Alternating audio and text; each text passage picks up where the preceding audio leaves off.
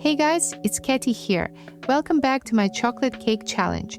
Can you believe we're already on cake number 9? Time flies when you're baking with chocolate. Today's recipe is one of my absolute faves.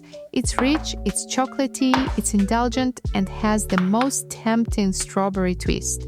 I'll be using just a handful of simple ingredients and walking you through it step by step, so you can bake along with me and have some fun in the kitchen. First things first, we're starting by sifting the flour to make it light, airy, and cloud-like. Because yes, we're aiming for a chocolate cake that floats. And seriously, can you even imagine a chocolate cake without cocoa? Nope, me neither.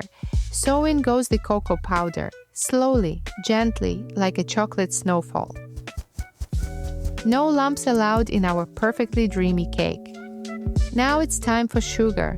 Not too much, just the right amount to give it that sweet little kiss of magic. Oh, and don't forget the baking powder. Without it, our cake won't rise. And we're here for fluffy, happy cakes only. While mixing it all together, let your mind drift to something sweet. And just keep whisking with love. Now, in the name of saving dishes, because we all know who's doing the washing up later, I'm adding the wet ingredients straight into the same bowl. Work smarter, not messier, right? First is sour cream, which gives our cake that wonderfully moist texture. Then eggs, 3 of them, the perfect trio to bring everything together and keep it fluffy. Already sounds perfect, doesn't it?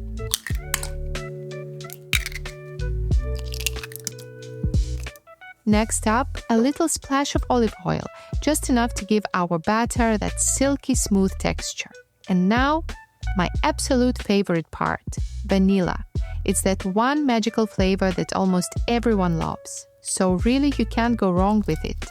It brings everything together like a warm, sweet hug. Espresso time? Almost. I'm actually adding a bit of coffee to the mix to make that chocolate flavor even richer, deeper, and more irresistible. Trust me, it's a little secret that works like magic. Give it all a good mix until the batter is smooth and glossy. And this, my friends, is when things start to smell like actual chocolate heaven. Time to prep the cake pans. We'll need 2 of them. Just a little bit of butter to grease the sides and bottom, so our cakes slide out like a dream. Because let's be honest, a cake stuck in the pan, that's a heartbreak we don't need today. Now just pour the batter into the pans. Try to split it into 2 equal parts. But hey, if it's not perfect, who's judging? No one's going to measure the slice sizes when the taste is this chocolatey and magical. Trust me, all eyes will be closed in bliss after the first bite.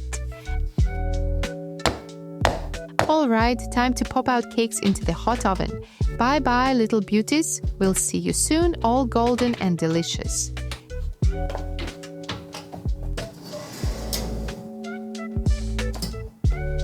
Let the cakes cool down a little.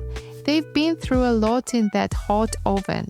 And once they're ready to come out, go for it with swift, confident moves. Now about that puffy top.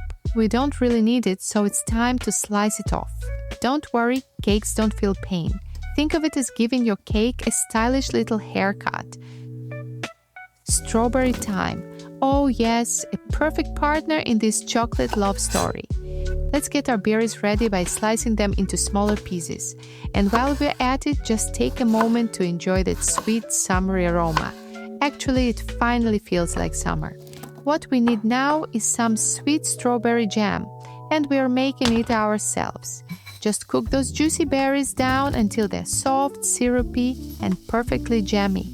The kitchen will smell amazing, like a strawberry dream come true.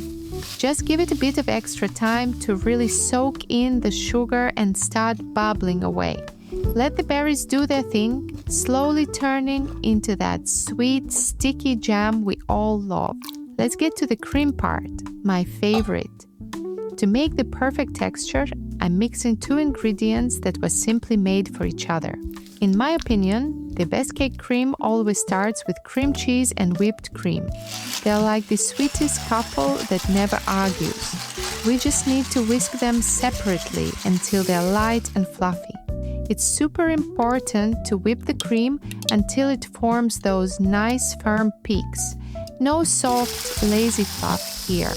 Because if we don't get it right, this sweet little blind date between cream and cheese might just flop. Time to bring them together.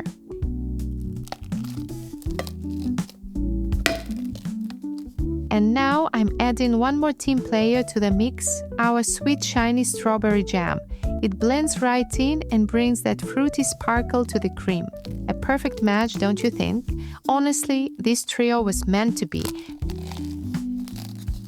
Mix it until you get that silky strawberry cloud texture. A cream so pretty it deserves its own spotlight.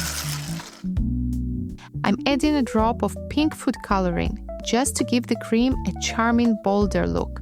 No worries, it won't change the taste, just helps it shine a little brighter. Now it's finally time to build our cake. Place the first layer on a plate and start spreading the cream on top. And don't let a single precious drop go to waste.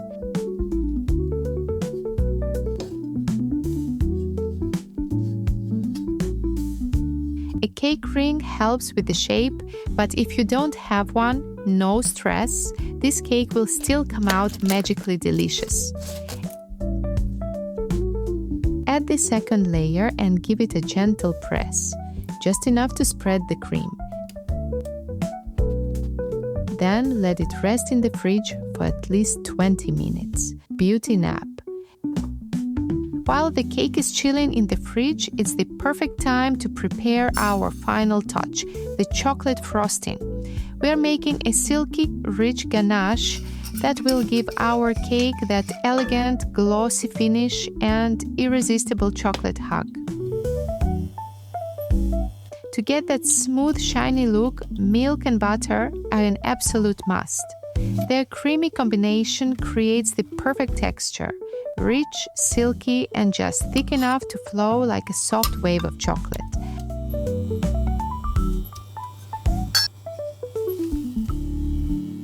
I'm melting chocolate, milk, and butter together until everything blends into a velvety dream. Then cook until it thickens. It's time to frost the cake. Honestly, my favorite part. There's just something so satisfying about watching a simple cake transform into a shiny piece of chocolate art. And the best thing, no two frosting moments are ever the same. You pour the ganache gently on top and it finds its own silky path, slowly spreading like melted magic. All you need to do is guide it a little. No pushing, no rushing. Just let the chocolate do its beautiful dance. And yes, we are not done yet. Time for one final cream. A rich chocolate butter cream for the grand finale. And no, it's not too much. Our cake deserves the best. And this gorgeous topping says loud and proud, here I am, the one and only.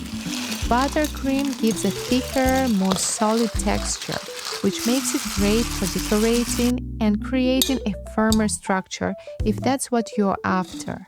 But personally, I prefer a lighter, fluffier cream inside the cake, something that melts in your mouth.